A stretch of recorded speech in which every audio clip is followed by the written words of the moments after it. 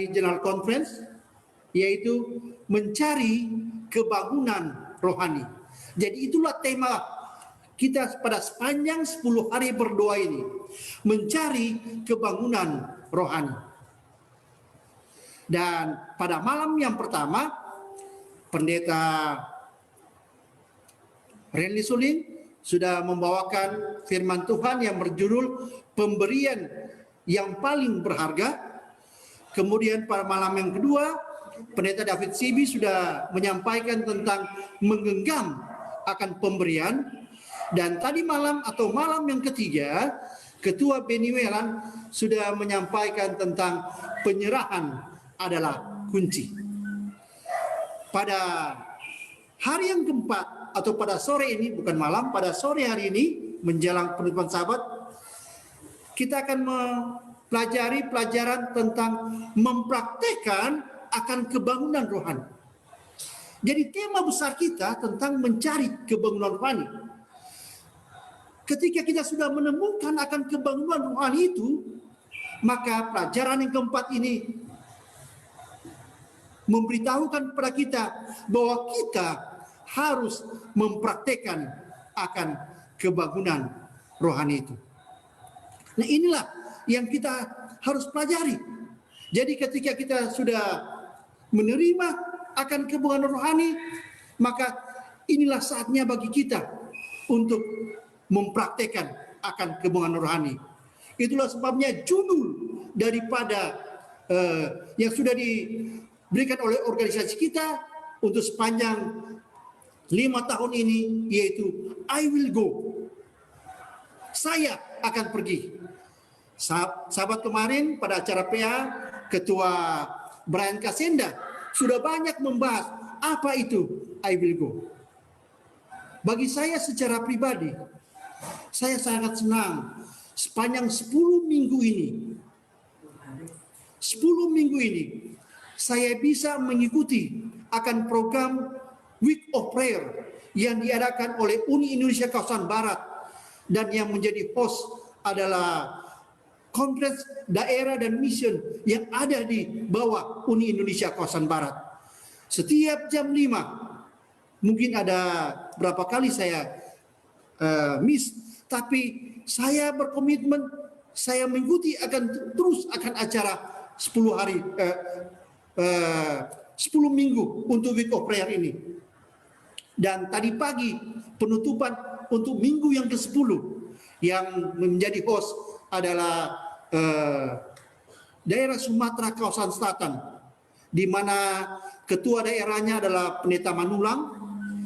Kalau saudara yang anggota lama di Jemaat Taman Harapan pasti mengenal Pendeta Manulang ini, ya, kakaknya pernah menjadi gembala jemaat di Taman Harapan yang sekarang sudah di Amerika, yaitu Pendeta Charles Manulang. Nah, pada akhir daripada minggu sembahyang Week of Prayer daripada Uni ini, Ketua Uni Pendeta Sugi Sitorus mengatakan ada begitu banyak orang yang terbangkit kerohaniannya dengan mengikuti akan kebangunan rohani ini, dan mereka mengusulkan untuk acara seperti ini terus berlanjut di tahun 2021. Tetapi menurut Pendeta Sugi Sitorus, untuk 10 hari atau minggu ke depan ini, acara Week of Prayer itu dihentikan sebentar oleh karena kita fokus di 10 hari berdoa. Nah, saudara, Jemaat Taman Harapan saya lihat ada juga yang mengikuti akan acara ini.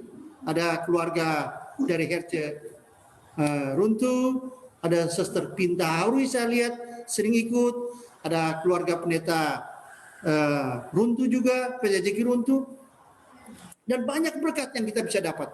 Sudah tahu apa yang saya senang ketika mengikuti acara 10 hari berdoa.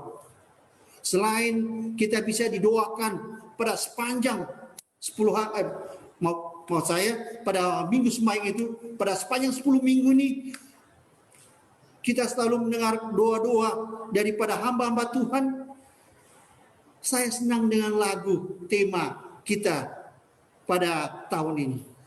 Kalau di minggu sembahyang, lagu tema itu dinyanyikan sebelum firman Tuhan, tapi di jemaat kita untuk saat ini kita nyanyikan setelah firman Tuhan.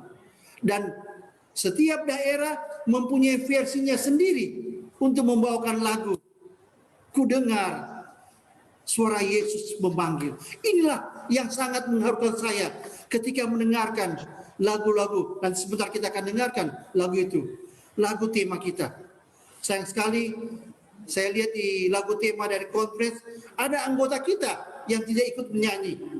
Tapi saya yakin walaupun pentas CV tidak ikut menyanyi, tapi dia siap untuk pergi.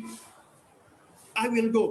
Mungkin waktunya tidak berada sehingga beliau tidak ikut menyanyi. Oke, kita lanjut.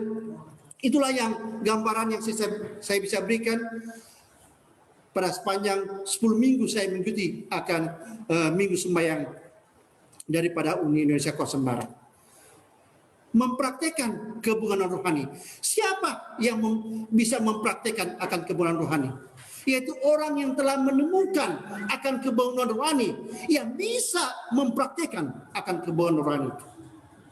Hanya orang yang telah memperoleh kebunan rohani yang dapat mempraktekkan akan kebunan rohani.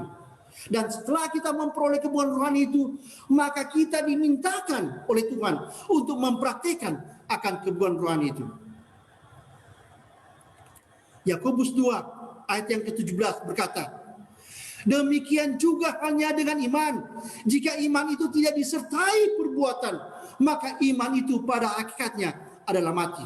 Saudaraku, saudara dan saya yang sudah menerima akan pemberian yang terbesar dari Allah, sudah menerima akan kebangunan rohani itu, kita harus membagikan akan kebangunan rohani itu. Roma 2 ayat yang 13 mengatakan, karena bukanlah orang yang mendengarkan hukum Taurat yang dibenarkan di hadapan Allah, tetapi orang yang melakukan hukum Tauratlah yang akan dibenarkan. Kita semua yang sudah menerima akan kebangunan rohani, kita dimintakan untuk membagikan, mempraktekkan akan kebangunan rohani itu. Ibrani pasal yang kedua, Ibrani pasal yang keempat ayat yang kedua berkata, karena kepada kita diberitakan juga kabar kesukaan sama seperti kepada mereka, tetapi firman pemberitaan itu tidak berguna bagi mereka karena tidak bertumbuh bersama-sama oleh iman dengan mereka yang mendengarkannya. Iman itu akan bertumbuh kalau kita mau hidupkan dan kita mau praktekkan akan kebangunan rohani yang sama-sama kita sudah terima pada sepanjang 10 hari berdoa ini. Mari coba kita bayangkan berapa kemungkinan ketika contohnya seorang pengkhotbah sedang mengkhotbahkan tentang kebangunan rohani, dan pada akhir khotbahnya dia memberikan panggilan kepada pendengarnya, mari terimalah Yesus dan mengikuti akan Yesus. Maka kemungkinannya akan terjadi. Yang pertama, bisa saja tidak ada orang yang merespons akan panggilan itu.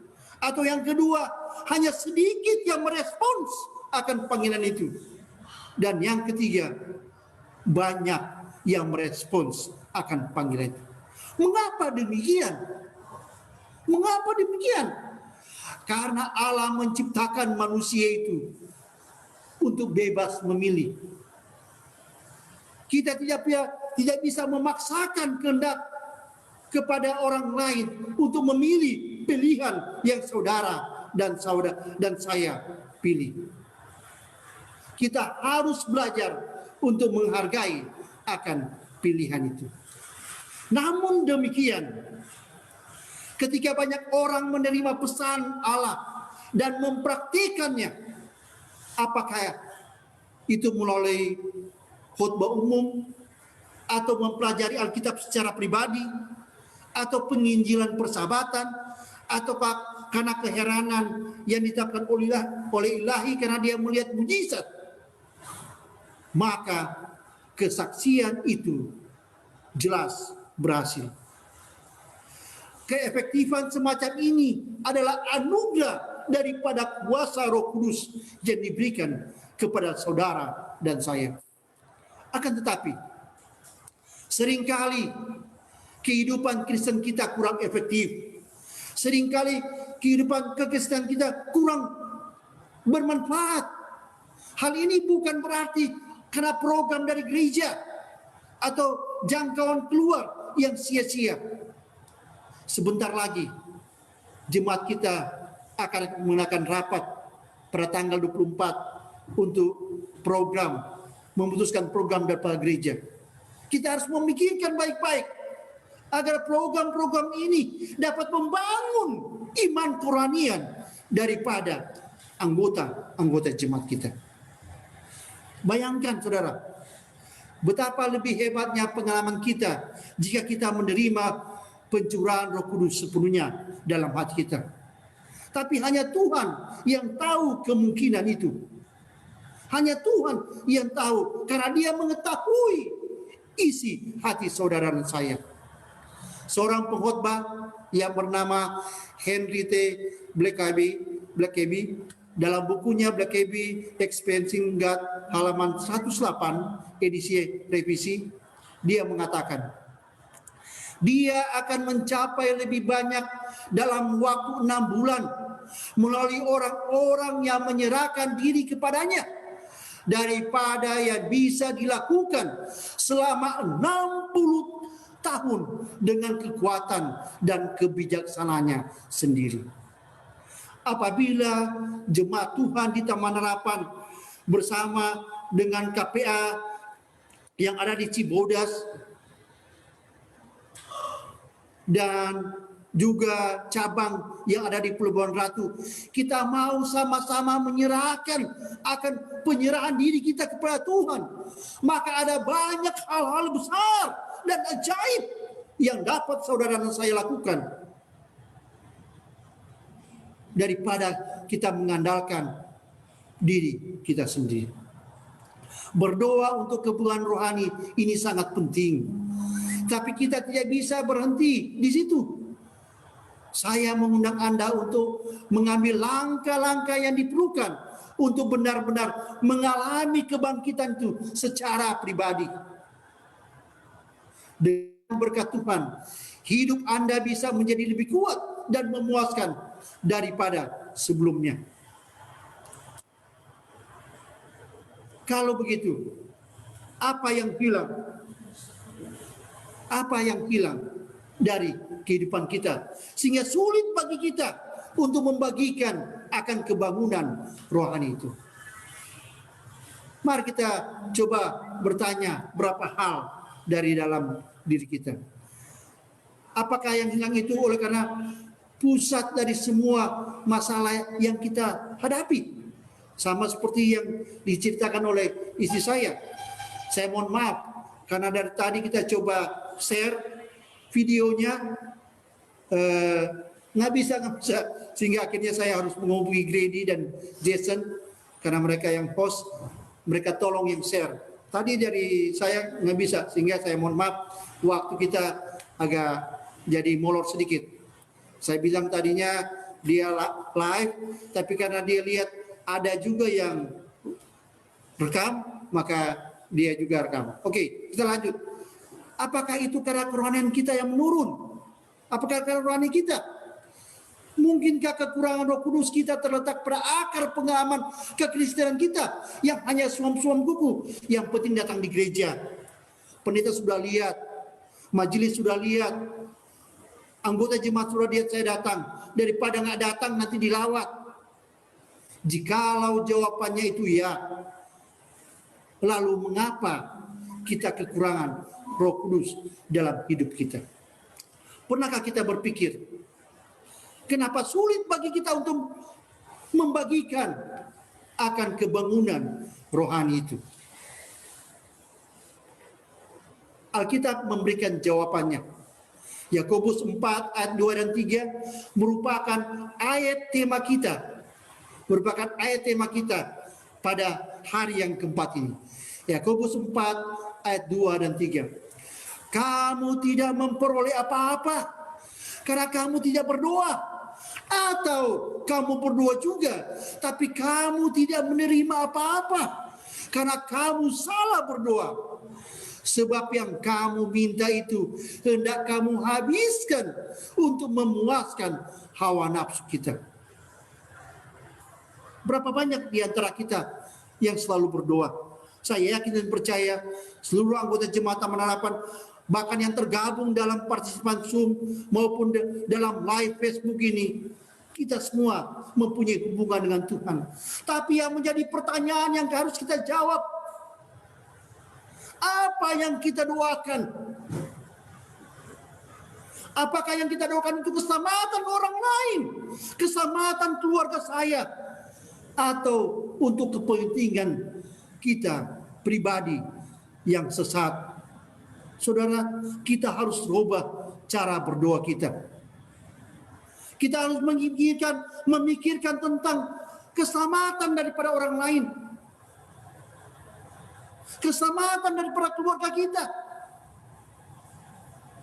Mungkin ini yang membuat kita sulit untuk membagikan akan atau mempraktekkan akan kebangunan rohani, oleh karena kita tidak punya kuasa untuk membagikan akan kebangunan rohani itu. Dalam buku Testimony for the Church, volume 8, halaman 22, seperti pelajaran yang kita sudah pelajari pada hari yang pertama. Mengapa kita tidak lapar dan haus akan karunia roh?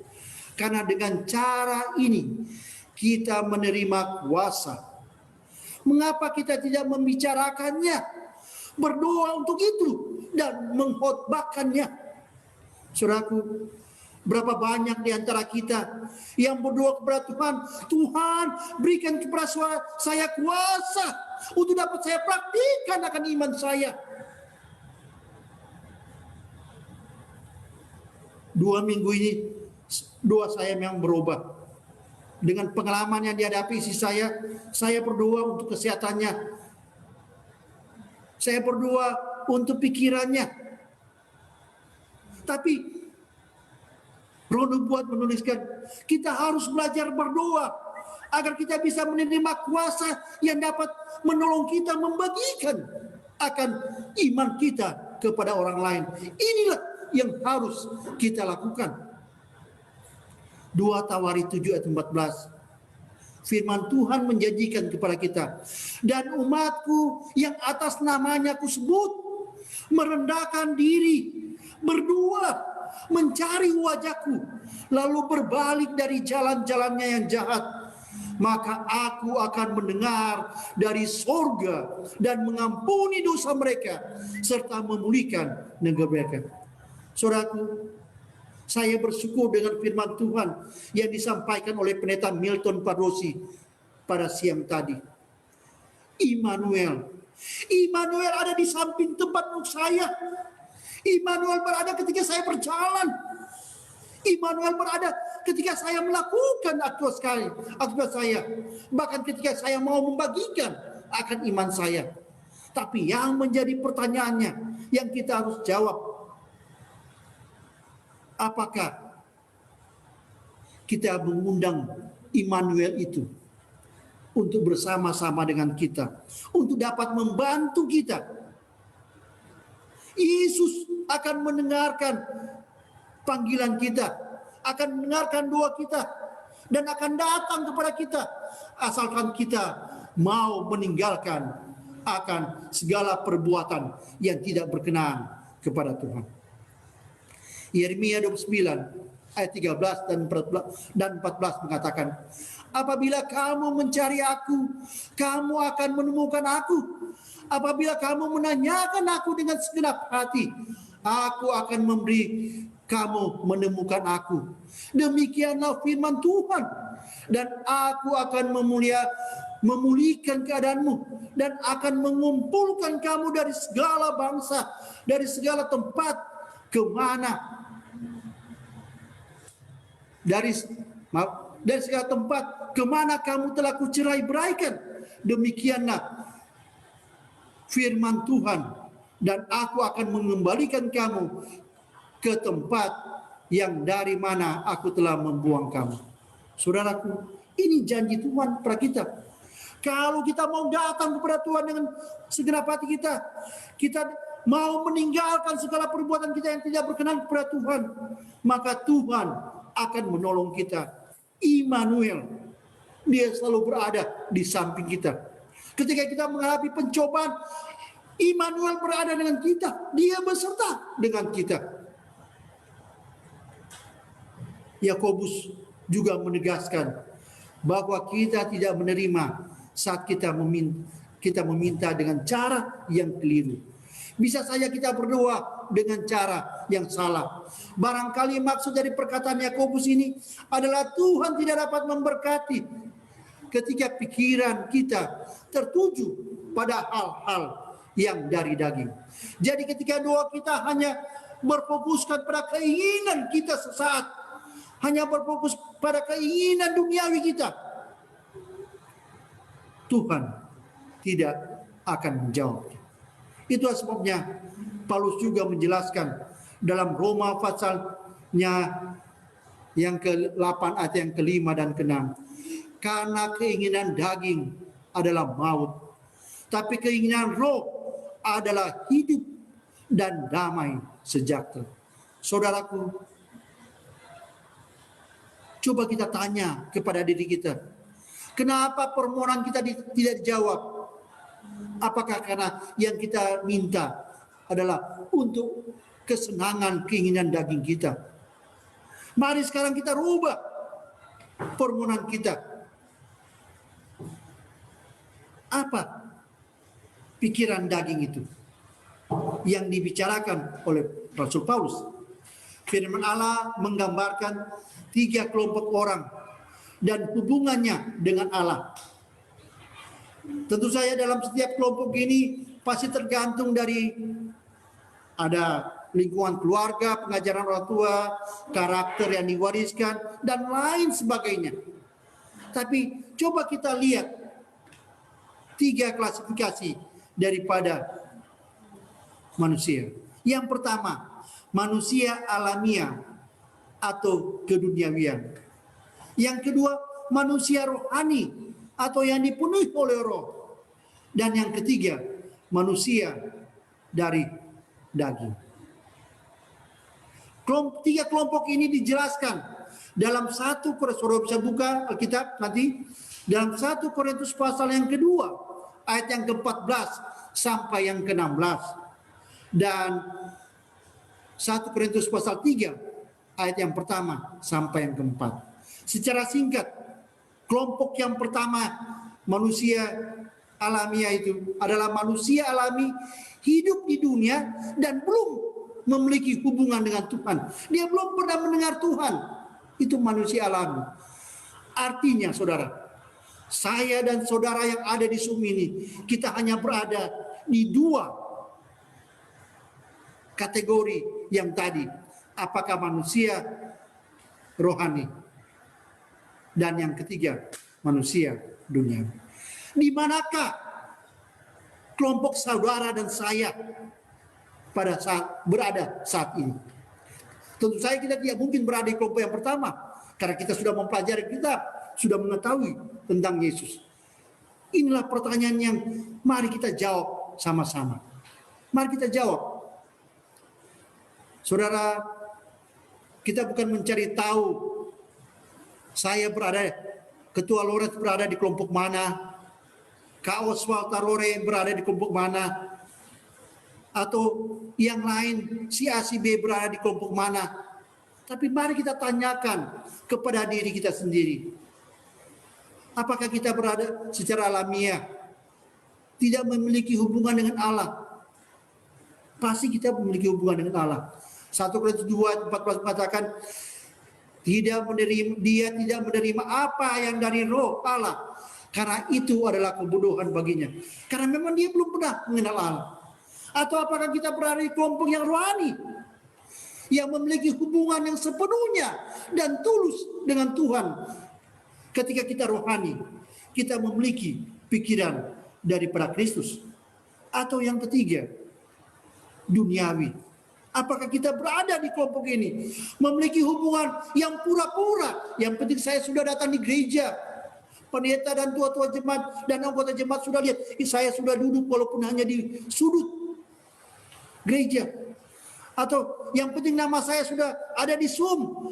Saya tutup video saya. Yang penting sudah kelihatan nama saya. Lawrence Walean. Tutup aja videonya. Yang penting sudah terbaca. Saya ada di sana. Saudaraku, di manakah saudara dan saya berada di kelompok ini? Inilah yang perlu kita renungkan pada sore hari. Itulah sebabnya mari kita berdoa, memohon kuasa Roh Kudus untuk dapat menolong kita, untuk dapat memampukan kita agar kita bisa melakukan apa yang Allah inginkan. Roma 8 ayat ke-5, sebab mereka yang hidup menurut daging memikirkan hal-hal yang dari daging. Mereka yang hidup menurut roh memikirkan hal-hal dari roh. Mari kita memikirkan tentang Yesus, memikirkan hal-hal yang dari roh, yang dapat memampukan kita, memampukan saudara dan saya untuk dapat mempraktekkan